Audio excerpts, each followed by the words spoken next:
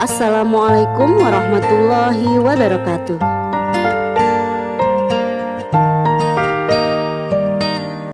Anak-anak, kali ini kita akan belajar tentang teks cerita fantasi.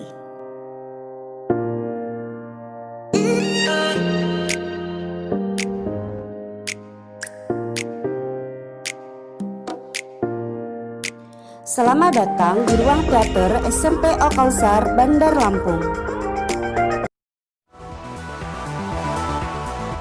Anak-anak, sebelum kita bahas lebih lanjut tentang apa itu teks cerita fantasi, ada baiknya kita mengamati cuplikan video berikut ini.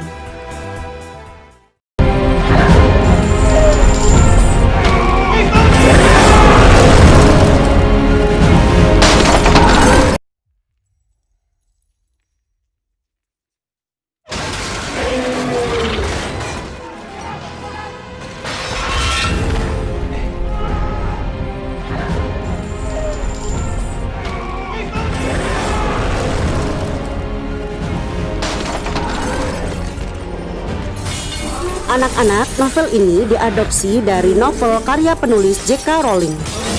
Karya novelnya bestseller di pasar kesusastraan internasional.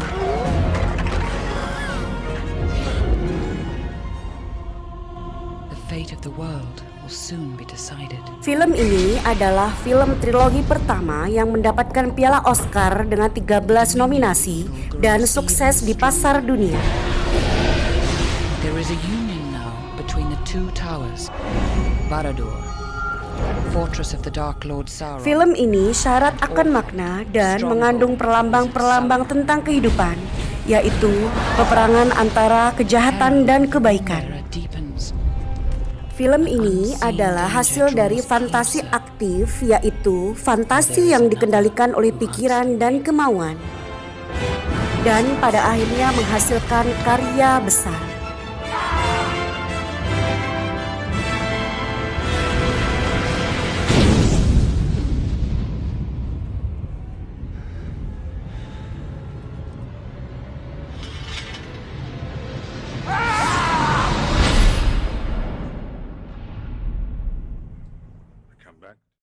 Nah, bagaimana anak-anak? Menarik ya?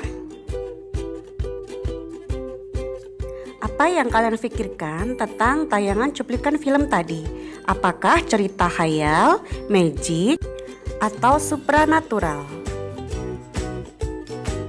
Iya, betul sekali. Tayangan cuplikan tadi adalah film yang mengandung cerita fantasi.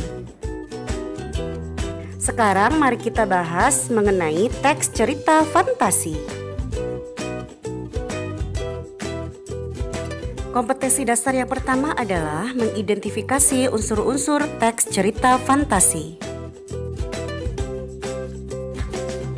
Tujuan pembelajaran pada kompetensi dasar ini yaitu siswa dapat mengidentifikasi unsur-unsur teks cerita fantasi.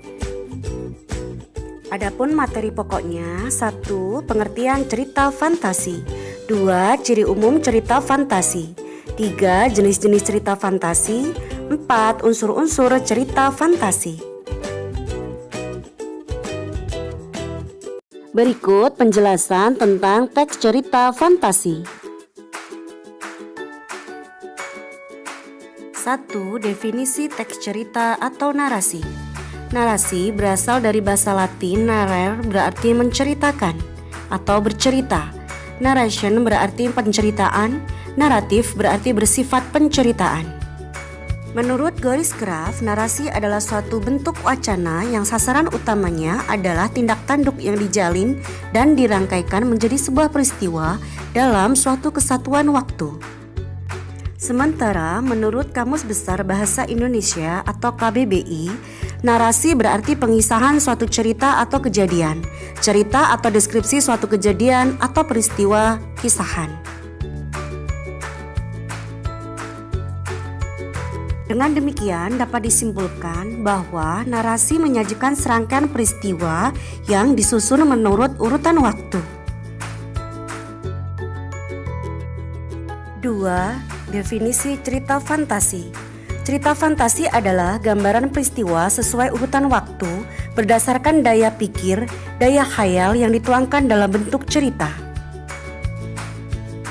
Cerita fantasi disebut juga dengan cerita fiksi, khayal, atau rekaan.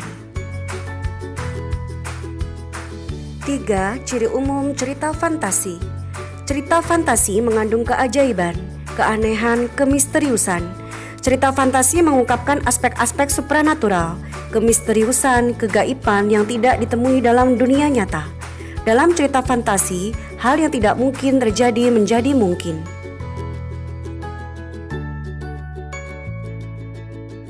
Cerita fantasi memiliki ide cerita terbuka terhadap daya khayal penulis. Penulis tidak dibatasi oleh realitas atau kenyataan. Ide cerita berupa irisan dunia nyata dan dunia khayal yang diciptakan penulis. Tema cerita fantasi adalah magic, supranatural, atau futuristik. Cerita fantasi menggunakan latar lintas ruang dan waktu. Rangkaian peristiwa cerita fantasi menggunakan berbagai latar yang menerobos dimensi ruang dan waktu. Jalinan peristiwa pada cerita berpindah-pindah dari latar nyata dan tidak nyata. Tokoh dalam cerita fantasi unik atau memiliki kesaktian. Tokoh cerita unik memiliki kesaktian atau mengalami peristiwa misterius yang tidak terjadi di dunia nyata. Cerita fantasi bersifat fiksi. Artinya cerita fantasi bersifat fiktif, bukan kejadian nyata. Bahasa yang digunakan adalah sinonim kata dengan emosi kuat dan variasi kata yang menonjol. 4. Jenis cerita fantasi. Cerita fantasi dibedakan dalam 2 kelompok. 1. Berdasar latar cerita, cerita fantasi dibedakan menjadi 3. 1. Cerita fantasi latar waktu masa lampau. 2. Cerita fantasi latar waktu sejaman. 3. Cerita fantasi latar waktu yang akan datang.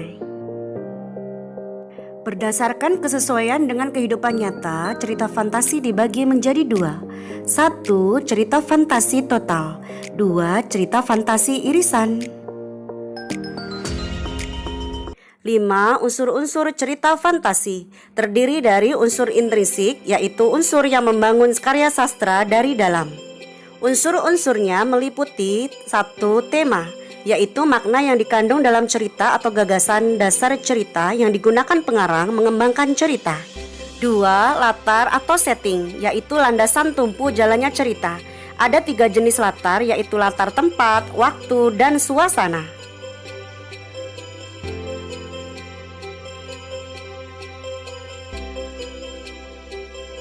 3. Sudut pandang, yaitu cara pandang yang digunakan pengarang sebagai sarana menyajikan tokoh, tindakan, latar, dan berbagai peristiwa yang membentuk cerita.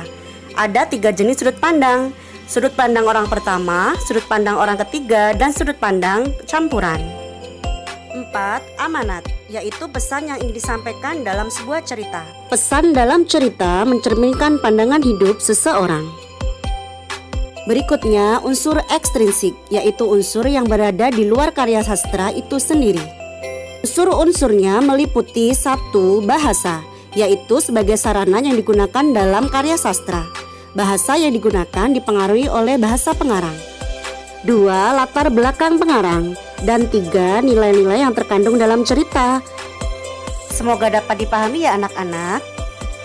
Selamat berfantasi anak-anak, semangat belajar ya.